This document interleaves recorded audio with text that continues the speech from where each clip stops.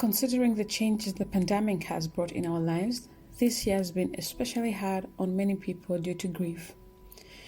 Grief can happen as a result of many losses, for example, a job loss, a loss of a childcare, a loss of an income, and it can cause a lot of fear and anxiety. In what seems to be contradictory statements, some people continue to grieve long after a loss. With so many different perspectives on the issue, it is difficult to set a specific timeline on how long someone can experience every stage. It's hard to express the many different ways that people come to terms with grief. Everyone deals with it in their own way, and everyone's healing process is different. Understanding the dynamic nature of grief can help those coping through loss as well as those helping others who are grieving. Since I have come to terms on the emotional roller coaster on living the witnesses, I thought it might help someone out there to understand each stage. Grief is a process, not a single emotion. In the 1950s, experts noticed a pattern in how people experience grief and summarized it as the 5 stages of grieving. This framework is by Kubler-Ross, a Swiss-American psychiatrist. I remember this framework from when I was studying project management at the uni for my minor. And when I was looking for information on my moods, I recalled this specific framework. The denial and isolation can occur together, and after that comes anger. The anger becomes into bargaining, then depression, and finally you come to the acceptance stage. Not all stages happen in order. You might find yourself in stage 4 first. As for me, I went through the stages in an orderly manner. I found myself in denial and shock, which commonly is the first stage in the grief. It's understandable that when we lose someone or something that is part of our identity, life can seem meaningless. In this stage, the world becomes difficult to understand and it's often overwhelming. We are in denial about what happened and what we are finding out about, quote, truth, unquote. Denial and shock help us to cope and make survival possible. It also helps us to pace our feelings of grief. There's a grace in denial. It's a nature's way of letting in only as much as we can handle. As you accept the reality of the loss, you are unknowingly beginning the healing process. The denial for me was the fact that the Watchtower was part of Babylon, no different from any other religion, claiming to have the truth. I was shocked by the affiliation with the United Nations, the handling of sexual abuse, and the 2 types of Christian, the great crowd and the little flock. Finding this out led me to the anger stage. Anger is a natural part of the healing process. It's important to let yourself feel it, even if it feels endless. The more you truly feel angry, the more it will dissipate and the more you will start healing. One thing to be aware of with anger is that it doesn't have limits. The people you might get angry with can be your friends, your parents, elders, and even Jehovah. Underneath the anger is pain, your pain. It is natural to feel lonely and isolated. But we live in a Jehovah's Witness society that fears anger. But anger is a strength and it can be an anchor, giving temporary structure to the nothingness of loss. At first, grief feels like being lost at sea, no connection to anything. Then you get angry at someone. That someone to me was the governing body who truly knows what they are doing and teaching to the rank and file. I soon realized that being angry at the governing body didn't bring me far. I couldn't talk to them face to face or even have them answer my questions. So after the anger stage, I went into bargaining. In this stage, we want life to return to what it was. We want our faith and love restored. We want to go back in time. Guilt often accompanies bargaining. The if-onlys cause us to find fault in ourselves. What we think we could have done differently. We may even bargain with pain. We will do anything to not feel the pain of this loss. the loss of family and friends, your job, your spouse, people you really had a great connection with.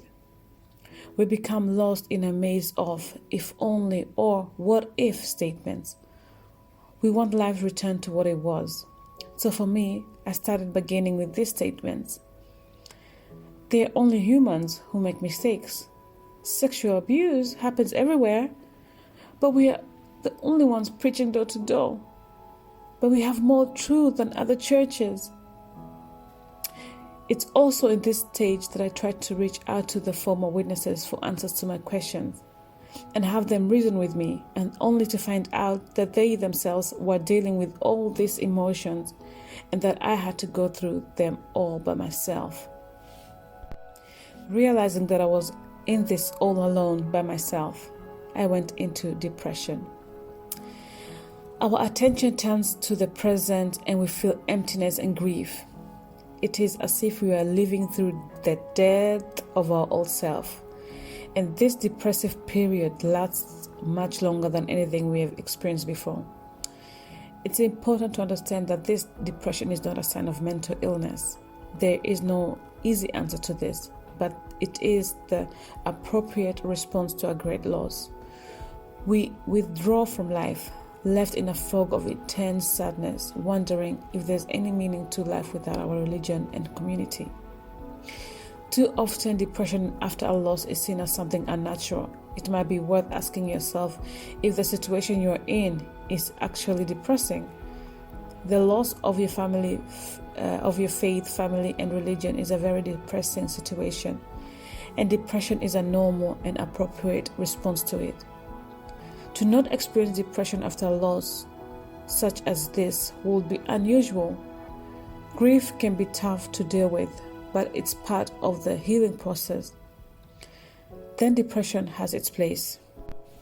It was in this stage that I went to ask for therapy. The counseling sessions have allowed me to move on from the past in a way that I never imagined possible. Now when people mention certain topics of the religion that I once knew or events, it feels like they are telling a story from a different lifetime. After the session, I went into acceptance. And we must not confuse acceptance with the notion of being all right or okay with what has happened. This is not the case. Most people don't feel okay or all right about the loss of their entire life as they knew it. This stage is about accepting the reality that we were taught the wrong doctrines by the people who got power over our lives. We will never like this reality or make it okay, but eventually we accept it and learn to live with it. In a world where our loved ones are shunning us, we must focus on making the best of our life. Finding acceptance may be just having more good days than bad ones. I had to accept the fact that Jehovah's Witness religion is no better than the other ones they call Babylon the Great. No religion has the truth, and that there is no other place to go. I also had to accept the fact that my reasons for disassociating were based on facts and not emotions. I had to accept the fact that I could not speak to my friends whom I considered family. That I did not fail my kids as a mother. We had good times as witnesses, but the truth is much more important. And I also had to accept the fact that my relationship with the Creator is not defined by religion. So now we need to return to a meaningful life. And by doing so, reinventing ourselves by asking, who do I want to become? We may also want to focus on our health and decluttering your life physically. For me, I had to be honest with myself. I had to clear up the emotional baggage by allowing myself to grieve my past as a witness. And in all this, I want you to remember that the only thing in life that is constant is change. Thank you so much for sticking till the end of this video. I would like to glorify the Most High my Creator, for pulling me out the pit, for healing my heart, for coming to an acceptance that I really was spiritually and psychologically abused, but that He is here to heal my heart and to guide me into the right path. Now, I will talk about this on how I'm refiguring out what the scriptures say and how people have added and taken out from the scriptures in future videos. My next videos that I would really like to make is on how the governing body in the Watchtower Society uses marketing tactics to hook their audience and to keep them hooked on the product. I would like to invite also people from the community of the ex-Jehovah's Witnesses that also have a psychological or a marketing background and really have an edifying video on that topic.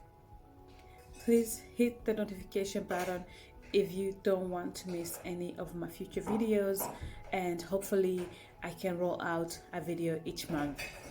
One of the biggest mistakes that I made during this emotional roller coaster phase is talk to my friends and family while still in stage 2. I would like to advise you all to only talk to your friends and family after you come to the acceptance stage. It might take a long time to get there, but when you come to the acceptance stage, I think that's when that you can reason with those people and subtly redirect them to critical thinking by asking them questions and not coming with evidence. The evidence is where they themselves have to find. You cannot bring evidence to them. You could show them something. They are the ones who have to critically think about it and investigate.